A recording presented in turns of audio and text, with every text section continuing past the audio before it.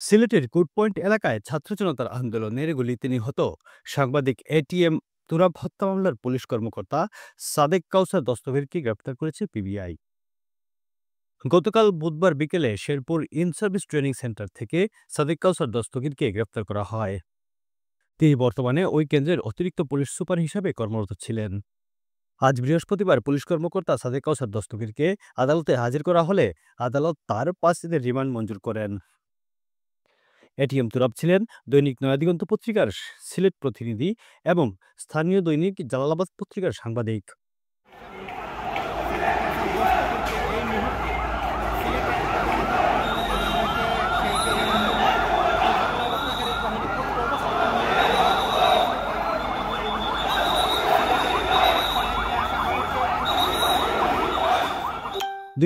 সালের 19 জুলাই ছাত্র জনতার আন্দোলন চলাকালে পেশাগত দায়িত্ব পালন করতে গিয়ে পুলিশের গুলিতে আহত হন তিনি।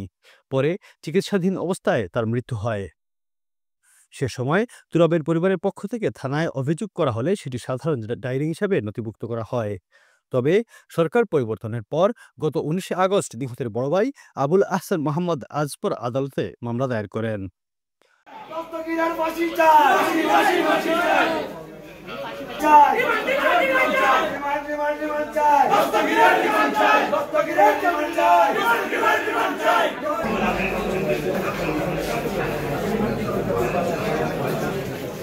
পরে মামলার তদন্তের দায়িত্ব পিবিআই কাছে হস্তান্তর করা হয়। আজকে রাষ্ট্রপক্ষে আমরা ছিলাম, বাদীপক্ষে আমরা ছিলাম, আইনজীবীরা ছিলেন, তার পক্ষে রিমান্ড শুনানি হয়েছে। আদালত আমাদের কথা শুনেছেন, সন্তুষ্ট হয়ে আদালত 5 দিনের রিমান্ড মঞ্জুর করেছেন। আমরা তার ব্যাপারে বলি যে তিনি একজন সিরিয়াস কিলার। তিনি রিমান্ডে অসামিকে ধরে করতেন, নির্যাতন করতেন। তাকে পরিচয় দেওয়া হলো তো বিএনপি জামাত, তখন তিনি উল্লাস করতেন এবং আরো বলতেন যে আরো নির্যাতন করা হবে।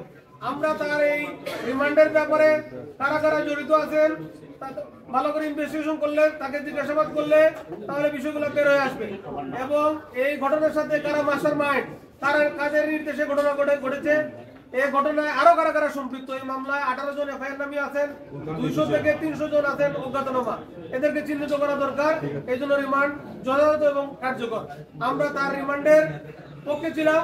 আমাদের এখানে পিপি সাহেব সহ আরো গুরুত্বপূর্ণ নেতৃবৃন্দরা আছেন, আমরা আইনজীবীরা ছিলেন। আমরা সকলেই তুরাব হত্যাকাণ্ডের সুষ্ঠু এবং ন্যায় বিচার নিশ্চিতের জন্য রাষ্ট্রের কাছে আবুল হাসনাত, ডিএসএম।